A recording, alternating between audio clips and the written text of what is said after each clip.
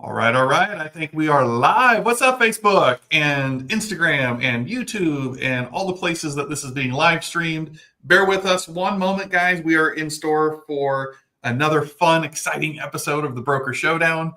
With me today is special guest Darren Brown, owner of Reliance One Realty in Kentucky. I'll let him introduce himself here in just a couple minutes. But he owns that and operates that with his amazingly talented wife, Rachel, who I will bring back on a different episode. So Rachel, if you're watching, not so fast. You're going to be on here too. Okay. But give us 1 second, you guys. If you're tuning in live with us, give us 1 minute because we're going to make sure we are sharing this on our personal pages as well. If you are watching the replay, here we go. If you're watching the replay, you can go ahead and fast forward probably like 30 seconds or so. So I am live with Darren Brown. Share now. Okay, so Darren, if you go to my Facebook page, it should pop up for you, and then you can share it onto yours. Okay. Yeah, I see it. So. Okay. Let me know whenever you get that, and we'll dive in. Hope everybody out there is doing well today. Thanks for joining us. Comment below if you're tuning in live or the recording. Let us know where you're from. We'd love to shout you out. Okay, I've got it shared. Got it. Okay, wonderful. So let's do this thing. Darren Brown, this has been a long time coming, man. I'm excited for this episode. And Darren is one of our exclusive locker room partners. Just going to be honest. And he works with the amazing, talented Mary Lou Dingman. So shout out, Mary Lou. But those of you, maybe this is the first time logging in and tuning in, what the heck is the Broker Showdown? Well, simply put, the Broker Showdown is where we want to feature the amazing brokers who are out there championing agents, fighting the good fight, servant-driven leaders, making things happen out there in a world that's otherwise full of negativity and things. We want to highlight them, their stories, their lessons, the wisdom that they're able to share. And the rules of the game pretty much are, I get 3 questions for Darren. Darren has 3 questions for me, but neither of us know what the heck the other person is going to be asked. So you got to think quick on the fly. And that's what kind of makes it edgy and fun. So that's really it. But again, like I said, joined today by Darren. I can speak on a personal note because he has been a partner with us for a little bit. He and his wife, Rachel, are the epitome of servant-driven leaders. I mean, talk about the care and love and just wanting to champion their agents. You are looking at just the textbook version of what all of that and the definition of a servant-driven broker owner leader means. And I'm incredibly excited for you to be here, Darren, and learn some nuggets of wisdom from you. So let me turn it over to you, man. Give us a quick rundown. Who are you? Where are you? Anything else you want to add to the intro? Yeah, I appreciate it, Jake. And like I say, it's an honor to be chosen to speak and discuss with you today. But my name is Darren Brown. I have an office for Reliance One Realty in Corbin, Kentucky. I've been licensed in the state of Kentucky since 2005. And then, of course, I opened it with my wife, Rachel. She's been licensed since 2003, and we actually opened Reliance One in 2019. We had actually both at a former brokerage got our broker's license in 2008, but we just never felt it was the right time to actually open. We just did that to have kind of as a backup plan, and things kind of started falling in place in 2019, and kind of stepped out on faith and on a whim and just said, we're going to go for this, and found an office. Things just kind of, like I say, it was just kind of miraculous how everything just fell in place and opened up and started with just me and her. And we've grown. Currently, I think we have 17 agents and continuing to grow. And the growth has just not stopped. So it's been great. It's amazing, man. Congratulations and taking that leap of faith, and everything happens according to God's timing and plan. And so glad you're here and glad you made that choice. And I know the 17 agents who are affiliated and blessed to be with you there are sure glad you took that leap as well. So, yeah, and that's actually going to speak to one of my questions, question number 3 that I'll probably ask you, but not yet. Okay, so over to me, I guess. Again, if this is our first time hanging out, my name is Jake, founder, CEO of The Locker Room, where we specialize in working with broker owners like Darren and Rachel on all things related to growth, retention, productivity, and profitability. Been running the locker room now for 9 years. Can you believe it? My goodness. We've helped over 40,000 agents, hundreds and hundreds of broker owners and brands. And every day it just feels like something new, and we're learning along the way. And it's a real honor to be able to serve in that capacity for so many. Also, co-founder in the Locker Room Leadership and Coaching Academy with my business partner, Kit, where we specialize in certifying people in the space of coaching and consulting through the ICF, the International Coaching Federation. It is the gold standard of people in this type of world. So we actually went through the painstaking process of building an academy with accreditation so that anybody that goes through it, we can issue them a certificate. So it's really cool. But anyways, that's my story. I'm sticking to it. Obviously, I have a background in sports, playing college and pro baseball, hence the locker room reference. But that's enough about me. It is not about me today. It's about Darren. So Darren, are you ready to dive in, sir? I'm ready. Let's do it. Rapid fire, right? Okay. So cheat code for any brokers out there who are watching this that I ever have on the show. This is one of my go-to questions because I find it fascinating. So my first question for you is, let's pretend for the sake of today that I am an agent in your market, Corbin, Kentucky area, and I might be feeling a little restless. I might be exploring my options, if you will. So tell me, what is your unique value proposition, and why somebody like me should feel compelled to check it out or consider joining you? It kind of goes back to the reason we opened Reliance One, Rachel and I. When we did open, we had worked for several other great brokerages, had great brokers. And when we decided to open our own, we decided to take things from each brokerage that we could make better. We knew there was a lot of work on things, and we tried to apply that to our agents. And one of our main goals was what we wanted for our agents that work under us. We wanted them to have better than we ever had it. I wish we had the things that we're doing now at our other brokerages, or we'd have done some of the things different. But that's really what we wanted. We really want to pour into our agents. We know, anybody in this industry knows the failure rate is astronomically high. And time again, we get agents that just reach out that they're not getting training, they're not getting support.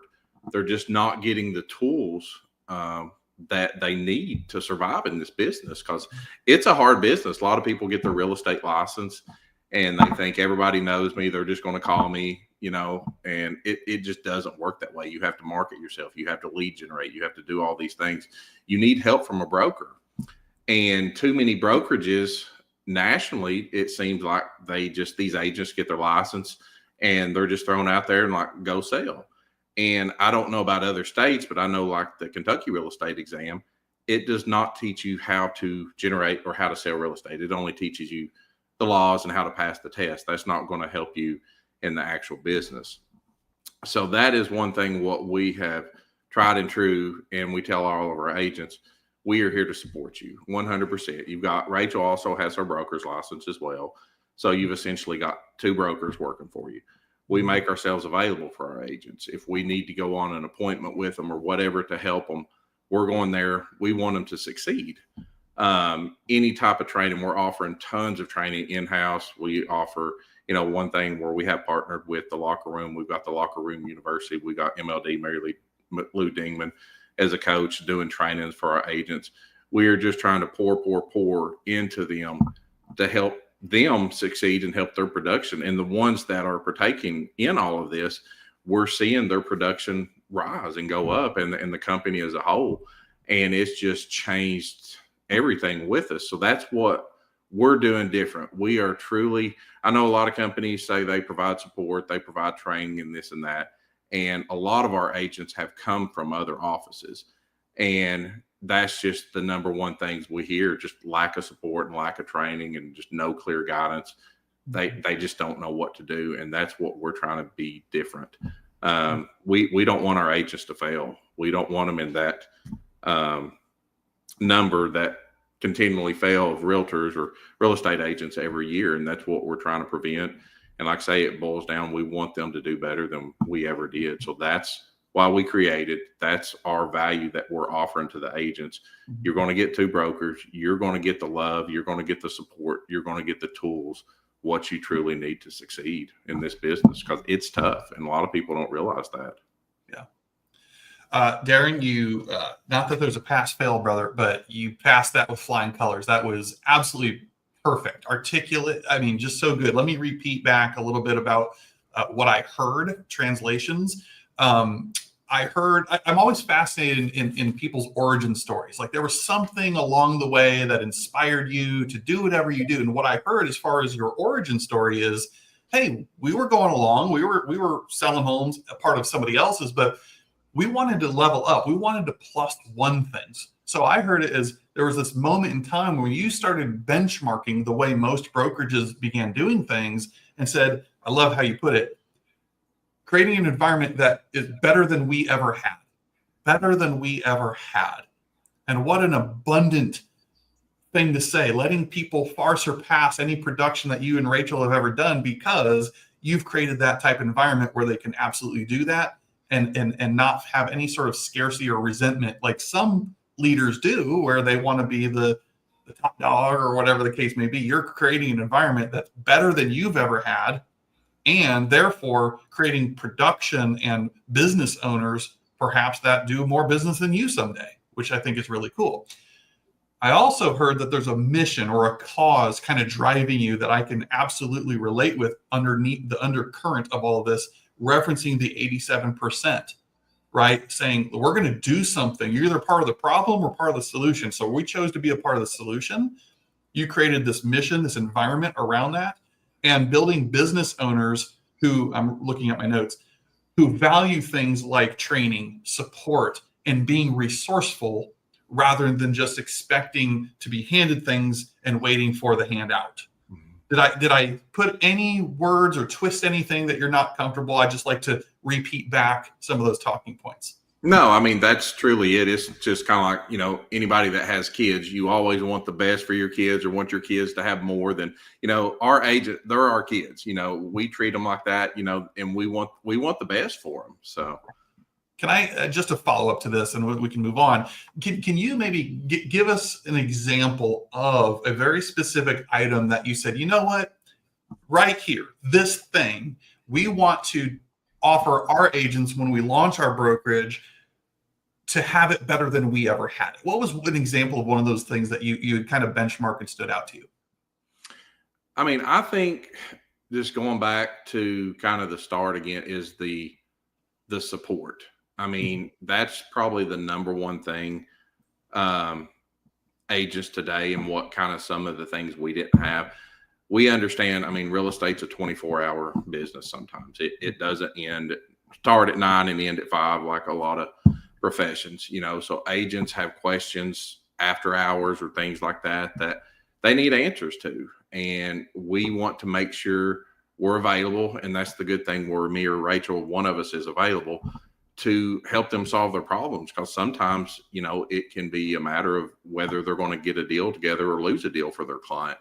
And, it boils down to, we want to truly help our agent, but it boils down to, we are also looking to make sure that client is taken care of. And if an agent doesn't have the solution or the answer, it could cost them, the client, a sale or a purchase of a home. Yeah.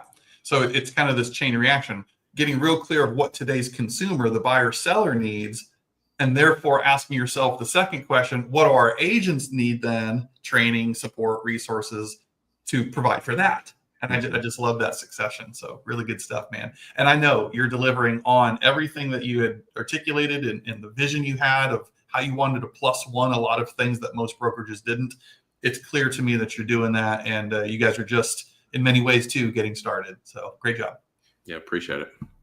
All right, man, over to you. Bring it on. Question 1. Okay, let's see if you can handle this one here. So, all right, the first thing I wanted to ask, what's a mistake you made in your career that you're grateful for, and how did it change your approach to your business or leadership?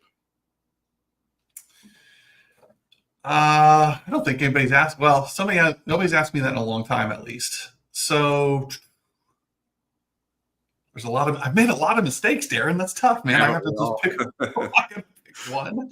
No, okay. Here's one that I often reference as a part of my story, and that is, I don't remember what year it was anymore. It doesn't matter, but several years ago, I was heading down a path into a foreign world for me in technology. And what I mean, some of you watching this remember this.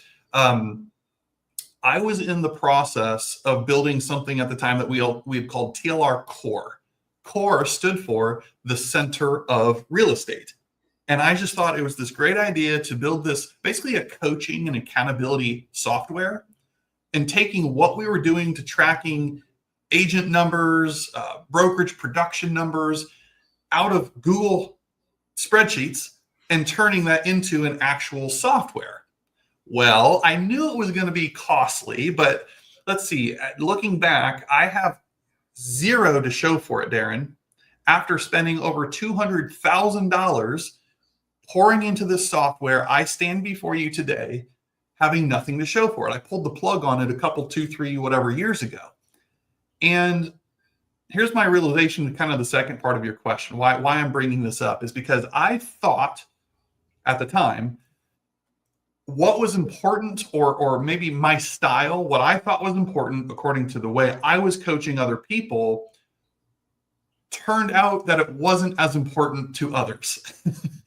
So it sounded good to me in the way I was leading, the way I was coaching, largely through data and facts and, manipulating numbers and figuring out what story the numbers are telling us. Others didn't see value in that or lead that same way. So by me venturing into the tech space, of which, again, I knew nothing about, I didn't know what questions to ask the developers and all that kind of stuff. It took away from our identity in hindsight. That's the best way I can put it, of who we truly were and what we truly were at the core of things. And I'm grateful for that, because it did change our focus and our trajectory from that point forward, going from having to reassess, what are we? Like, really, truly, what are we? What is the locker room? And who are we? What is our identity? What is all that? Versus what we are not. We are not a tech company. I now realize I'll leave that to other people. I have no problem bolting on certain technologies and softwares to help us operate our business. Fine. That's what they do. They do it better than I would do it. And instead of chasing that object, which is never ending, constant updates, very expensive, I just brought it back to center and say, we're a freaking coaching company. What we do is we create transformation for a living, not software, And so it's getting back to center. Who are we? What do we do? What is the delivery mechanisms, belief systems, mission, all that deep-seated stuff, and not chasing the flashy objects like creating a software, thinking that that's going to be the answer to our clients, the answer to our growth. It's not. I got no problem paying $100 a month for somebody who has a multi-million-dollar software that I don't have to create. I'm good with that. So hopefully that answers this question. Yeah, I believe so. So yeah. Boy, you just gave me flashbacks, man. I chose to delete that. Now I had to bring it back. No, I'm just kidding. But it's a great question, guys. Ask yourself that same question. I think, in your words, basically, what's a mistake you have made, right? You, the listener, the viewer right now, but spin it like Darren asked, that you're actually grateful for in hindsight. And how did that change the way you go about doing business now? We all have that story, that journey. And I think that's just a brilliant question. So thanks for asking it, man. Oh, you're welcome. All right. I got question 2 ready. Are you ready? I'm ready. Let's have it. Question 2 for you, sir, is I'm interested to know, what are the top 3? Let's go 3. Top 3 things that you've learned in the past 3 months about being a leader. So this is fresh, it's new, it's probably still very front and center of your mind. Top 3 things you've learned in the past 3 months about leadership.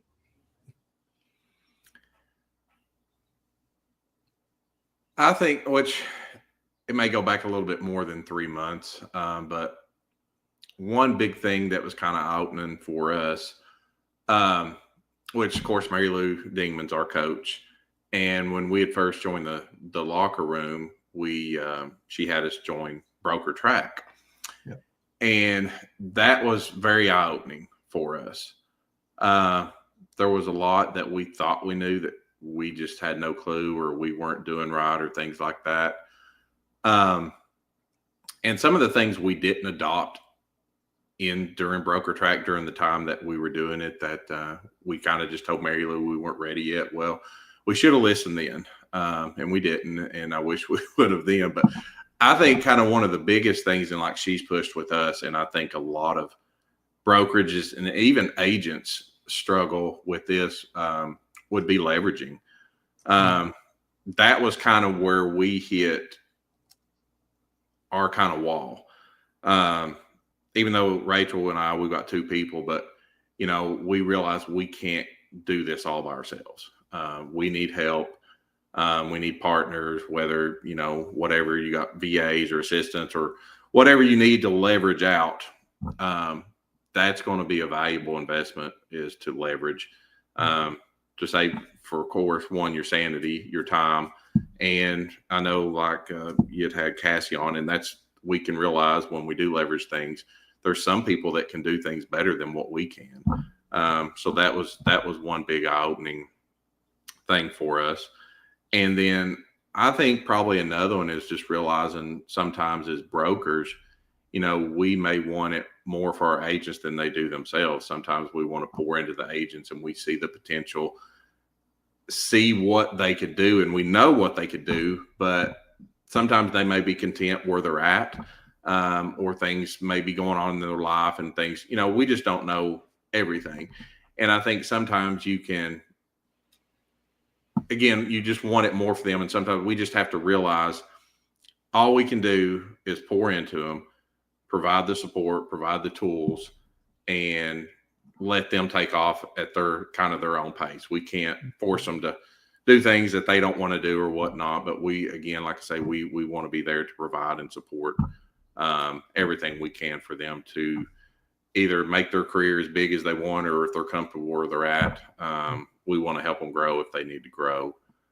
I think probably another big thing, and this was kind of from Broker Track as well, and this is some things we've really been doing, is as far as like agents and recruiting and all that, we kind of, when we first opened, most brokerages, they're going to recruit anybody and everybody. And I think like we done initial wave of recruiting in the beginning, and that was kind of it. And our agents have mostly recruited for us, but we kind of like what it took, it was just bodies, and we've realized, like one of Mary Lou's sayings is, go find your people. And that's really one thing that has struck with us. And we want to find people that's going to align with our culture. We don't want to just be an office just to hang your license. That's not what we're looking for. So they do need to align with us. And we've wanted to make sure, like I always pushed our agents about social media, the attraction, things like that. And I kind of skimped on it myself. I pushed them for the things they were doing, and I didn't do enough. And I really have grown more for the attraction part, for the recruiting side, for the agents. Because me and Rachel's had some deep talks about, like, again, going back to our mission with the office, we want to make the best agents possible and give them the opportunities that we never had. So if we can attract an agent that feels they're not getting that where they're at, we want to scoop them up, and we want to take them and run with them, that they can achieve their goals and their dreams. So I think that's been one of the biggest things on how our attraction for the recruiting, and not just trying to get bodies. We want the right people. We know how, if there's toxic people you get in the office, it can bring the morale down. We've had an excellent team that we have now. And that's kind of been the one thing too. We really focus on a team. We're like, I know people say family team this, but we truly have a great group. And I think it's kind of the culture that we created, and that what we want to keep established. But kind of going back to it, I think, again, we are trying to be more attraction on the recruiting. We are posting more what we're doing in the office, what we're doing, things like that, that are kind of didn't post before. I mean, we've always done trainings and provided for our agents and stuff, but we didn't let kind of the world know about it, and other agents have the opportunity to find out. We weren't really reaching out to agents, or like I say, unless an agent had talked, they had to deal with another agent and they were recruited by our agent and coming over. But we want more agents to see what we're truly doing here and the difference we're making in our people and our agents. And if that's something they feel that they can align with and it's going to be good for them and good for us, then we want them to see that and partake in what we're experiencing. Yeah, that's great. So I'm going to repeat back for the note takers. Number one answer you said was leverage, basically learning to let go, which is a struggle and a process really for many leaders that they have to come to grips with. Number two, you basically said, well, you did say, can't want it more for others. I'm going to circle back to that with my quick follow-up question. And the third thing you said, not necessarily your words, these are my words, but clarity on who your ideal agent is, first of all. So finding your people so that you can create a culture of alignment.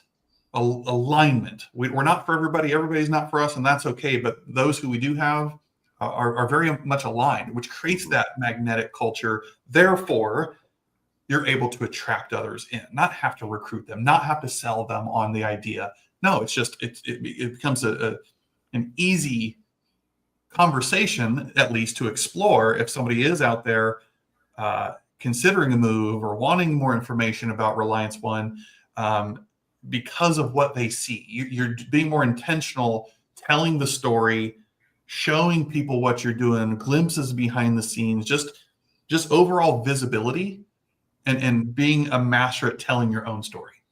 That's a lot of what I heard. Yeah. Quick follow-up back to the second one. So 1 and 3 are very tactical, practical things that I get. The second one, when you said can't want it more for others, is very there's an emotion connected to that. That's hard. Just, I don't know where you want to take this. Just maybe speak to that. Just a little bit more. Unpack that for me of the challenge, the difficulties of separating you wanting it more for others than just kind of meeting them where they're at and what they want for themselves. It's been a struggle because, again, you kind of take it personally. We see in people what they can do and what they can achieve, and you want to take them to the next level. And we know they can do that with a little work and effort. But we know we can push a little bit, but if they're not willing or accepting at that time, sometimes you may have to back off a little bit and again, just kind of be there to catch them, if they fall essentially. But that's been a struggle. And that was one thing, we've learned to adopt, that I'm not going to take it personally. I'm not going to let it get to us if somebody's not willing to do the things that we know they should or could be doing.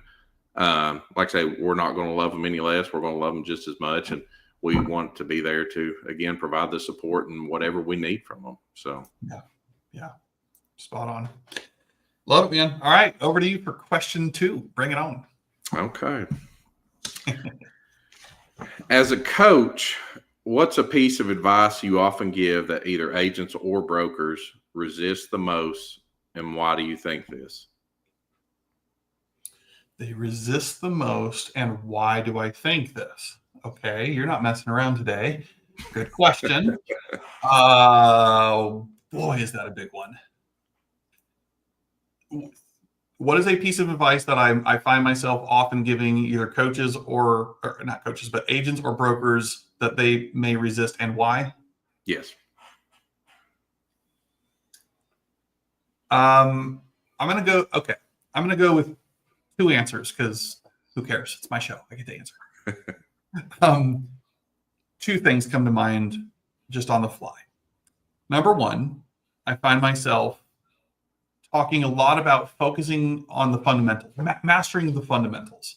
And I have biases just like anybody else. Look behind me. I believe this comes from my background in sports because that was ingrained and distilled into me in sports, specifically baseball. where you're taught at such a young age how to properly, I actually have one right here, how to grip a baseball the right way, how to hold the bat the right way. I'm talking T-ball, Little League. And I used to run an indoor baseball training facility giving lessons and camps and clinics to young athletes. And I would point out to them the fact that the same way that I'm teaching you to master the game, master the fundamentals, is literally what you're watching these in this case, Major League Baseball players who are earning millions of dollars every year are doing it and holding the ball the exact same way. The game doesn't change. The game only speeds up. The game doesn't change. The game only speeds up. So I told them exactly how I'm teaching you to grip a four-seam fastball. They're not doing it any different in the big leagues. The game didn't change. It's just the fundamentals. Master that.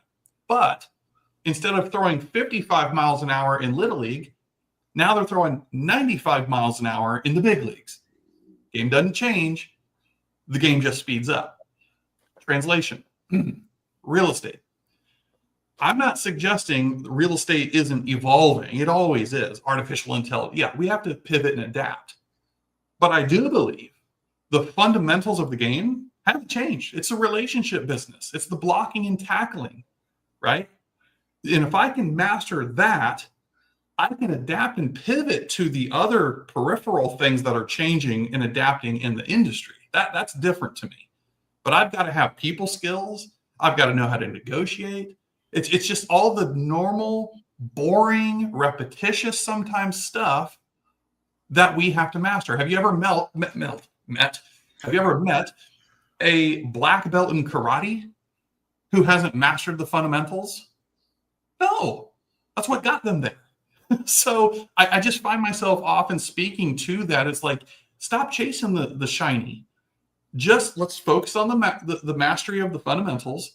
And then we can adapt and pivot with whatever else is going on. But we can't neglect what some might consider the boring, mundane, less flashy stuff. So that's number one. Well, I feel like I'm ranting on this one. Number two, that I'm a broken record about, because I earned a nickname called Tot Tot, which stood for time on task over time. Coupling with the mastery of fundamentals is consistency.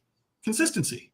It's not just a fancy buzzword or a repeated talking point. It's real, man. Like the power of the compound effect, time on task over time. Not minimizing the small decisions, the small actions that in time make a big difference, a big impact. And why I'm choosing these, I guess I'll lump them together, is back to what I said. It's why do most resist it? It's not flashy. It's not sexy. It's borderline even boring at times. Because a lot of people crave variety. We got to recognize that about us. A lot of people, oh boy, thanks smartphones, crave, if not demand, instant gratification in today's world. And if not, they quickly lose interest. If an ROI isn't immediate, they just move on to the next thing. They move on to the next thing. So we end up dabbling in a whole bunch of things versus playing all in and committing ourselves to the process of one or two things that you can become amazing at. And if I've learned anything about this idea or concept of success and what makes people successful, I will repeat that success, however you define it, generally happens in the moment of decision. If I just win the moment, that moment, then I will win the day. And if I win the day, I win the week. If I win the week, I win the month. If I win the month, I win the quarter. If I win the quarter, I win the year. Success happens in that moment of decision. Or as my mentor, Nick, recently said, winning happens in silence. It's celebrated very loudly in public on social media, but real winning happens in silence when nobody's looking, when you're up at 2 a.m. grinding it out, everybody else is asleep, you're working nights and weekends, understanding, hey, I'm willing to sacrifice this now because it's a compelling future that I'm working towards. It's those things where winning actually happens. And I think a lot of people miss that because they want to have the gold medals around their neck like Michael Phelps or Simone Biles, and they forget what Michael Phelps and Simone Biles had to do that none of us get to see on a daily basis. They want the result. They don't want to commit to the process. Do you think, which I know, of course, we all know, like the agents, the fundamentals, that's trying to get them to do that. I mean, do you think we're seeing that with the brokers as well? Kind of just. Great follow-up question.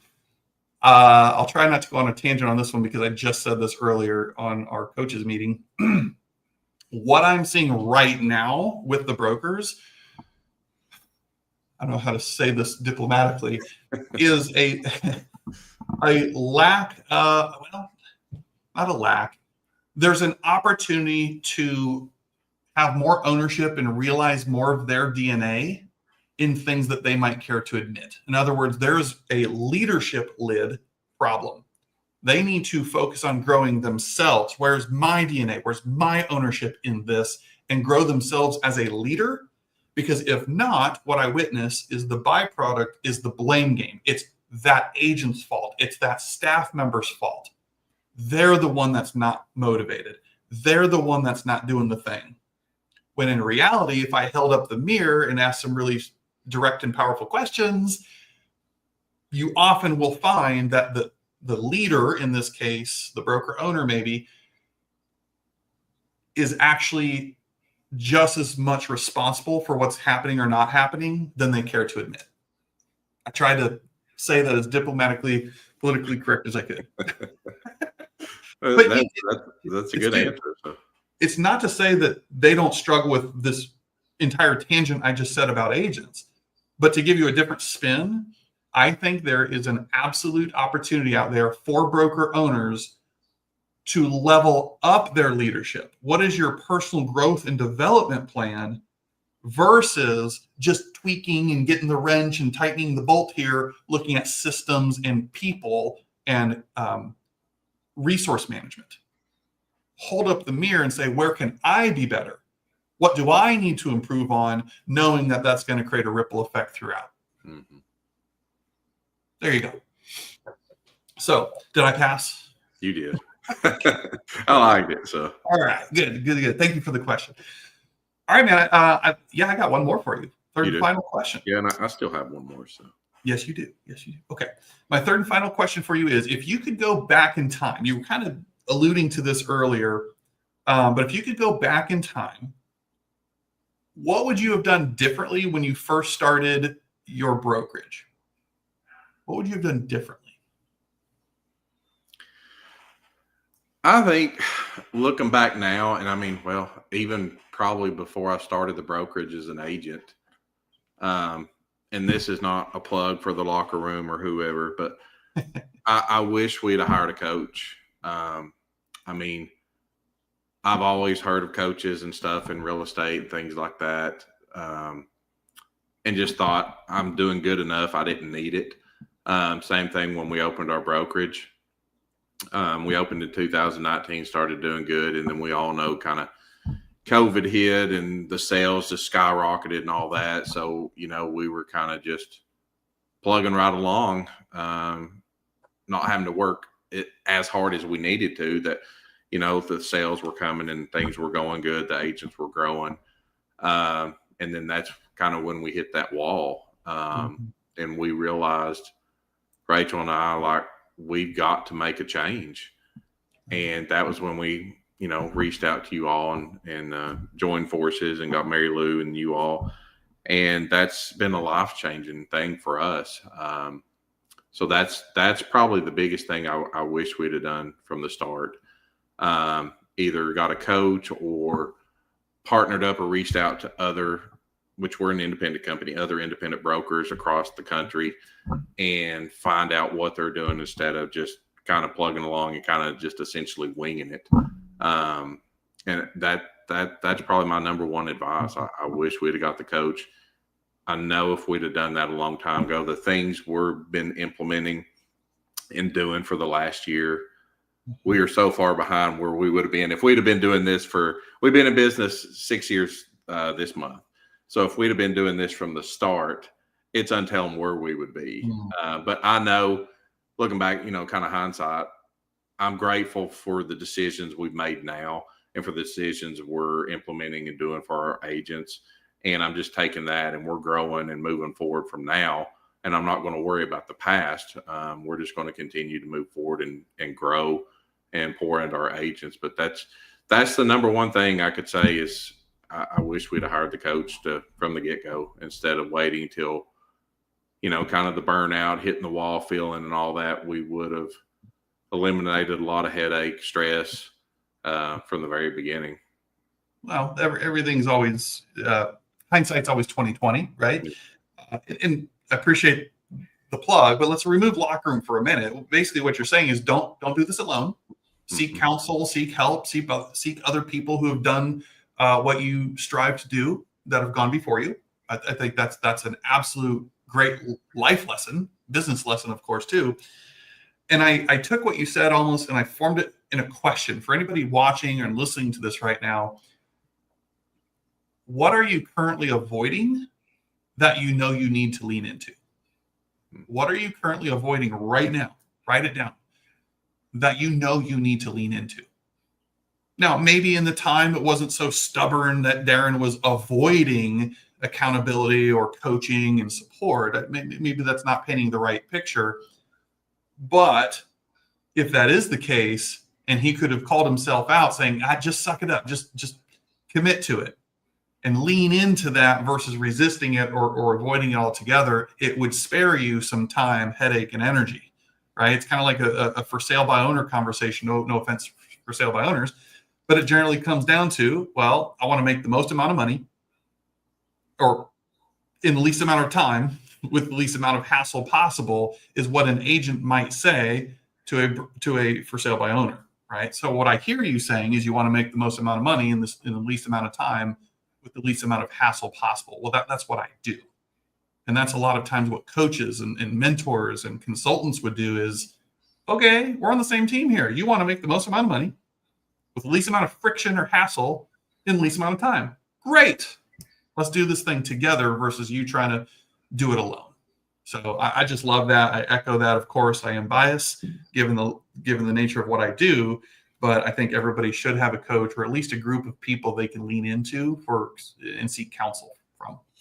And I think it boils back to which, of course, there was some stubbornness with us. We thought we were doing good enough on our own and we're fine, and kind of till we hit that wall. And then too, we looked at, we just didn't want to spend the extra money to do that because we thought we were doing fine. But what we done, you have to come from the mindset that we have to look. It's an investment. It's not an expense. And I think once you twist that and realize that the coaching or whatever help you're getting, that's an investment to help you grow, to help the leveraging. It's going to make the mindset shift, and it's truly going to change your outlook on things. And that's what we've done since we've done this. We were hesitant at first. We made the mindset that it's an investment, not an expense. And that's been the big game changer. And it truly has been an investment for us, for our agents. It's like I say, it's really been eye-opening. It's amazing. Yeah. You're either going to pay the price for it up front now, or you're going to pay the cost for it later. Yeah. Right.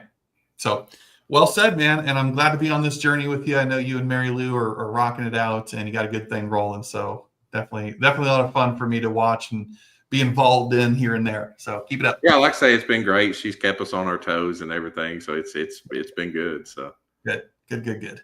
All right, bring it on. Third and final one for me. Okay. This one, what is one thing you would like to see changed in the real estate industry? Yeah. Okay. This is kind of actually easy for me. Finally got an easy one from you. And I will echo part of what you actually said early on to some degree.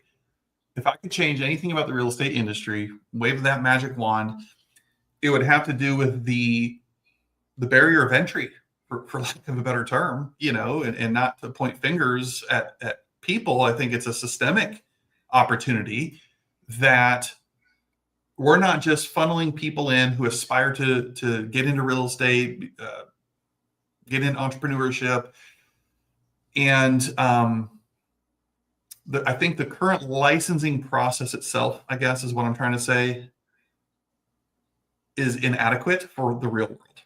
Like you said something earlier, like, okay, it teaches you how to stay out of realtor jail. It teaches you how to pass a test. It teaches you how many square feet are in an acre. It's like, it's all of that stuff, which I understand there's a time and a place for, but there's nothing practical about running it like a business, client acquisition, client care and retention, transaction processes, negotiating tactics, all these things that I think if there was a world that existed where the pre-licensing process was more realistic, it would boost not only the level of professionalism in our industry, but also the reputation as a result of that. That realtors and real estate agents in general play during the most important transaction of most people's lifetime, which is buying or selling a home. Like, this is serious stuff here. And this is the motivation, the inspiration why we wrote a course here at Locker Room called The 19 Things They Don't Teach You in Real Estate School. That was my contribution to the problem to try and offer a solution. We've been teaching it for years now to agents, people thinking about getting their license, those in the process of getting their license, or those who just did get their license. That course, The 19 Things, is meant for that demographic of people. That was our version of swimming upstream, not just dealing with the problems, the 87% failure rate that's right in front of me, but saying, no, how do we swim as far upstream as we possibly can and cut the head off the snake kind of thing, knowing that would disrupt the pattern, the cycle of things to follow. So until the day is when I'm in charge of all pre and post licensing, which is never going to happen, that's at least our way of equipping aspiring agents to have a realistic shot of what it truly looks like to be in real estate, what it truly takes to be successful, so we can level up, create a more positive reputation for ourselves and for our industry, and position ourselves at the center of the transaction, the home buying and selling journey and experience that no form of AI or quick fix could ever dare replace. Mm-hmm. So that's my answer. No, it's true. Like I say, I would love to see a lot of those changes for the people. Like I say, a lot of people just have the wrong misconception when they get their license and coming in. They just don't understand what all it takes to succeed in this. So, yeah, no, it's painful to watch, and it just starts with one person, one conversation at a time, and we can only do so much. But hey, at least we're doing something. Can't save them all, but we can at least advocate and inspire change. So it's a worthy cause and it's a worthy mission. I think it's just maybe that means less people get into real estate. Okay, so what? But if that's an exchange for a level of professionalism and us leveling ourselves up to run an actual business, not just sling some homes, then I'm here for it. I think that's a good exchange. Yeah. So, Darren, this is amazing. We're going to close this out here in just a couple minutes, but I'm going to surprise you. I'm cheating. I get one more sneak in one little question before we close it out, and I ask you to share with everybody how they can reach out to you in the whole thing here. So my last bonus question for you is there, or what is maybe one piece of advice that you have been given that you would like to pass along to our audience today?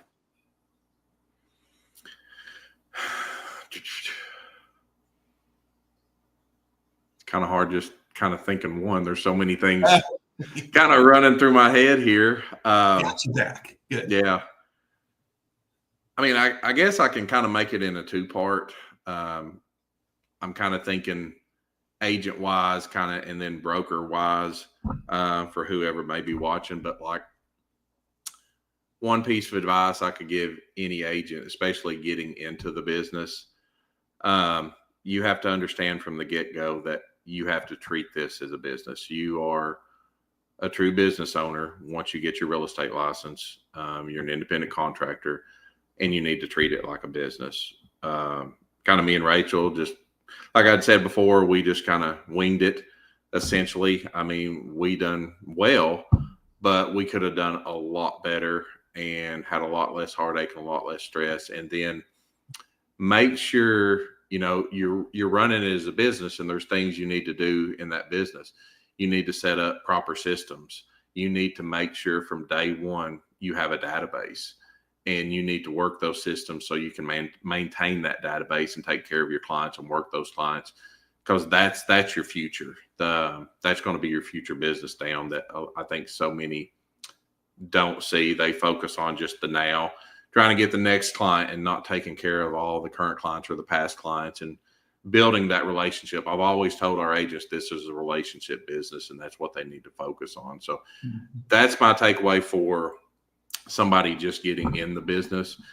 And then kind of going back, and I know we've kind of brought this up during this, but as far as somebody opening their brokerage, for one, do it.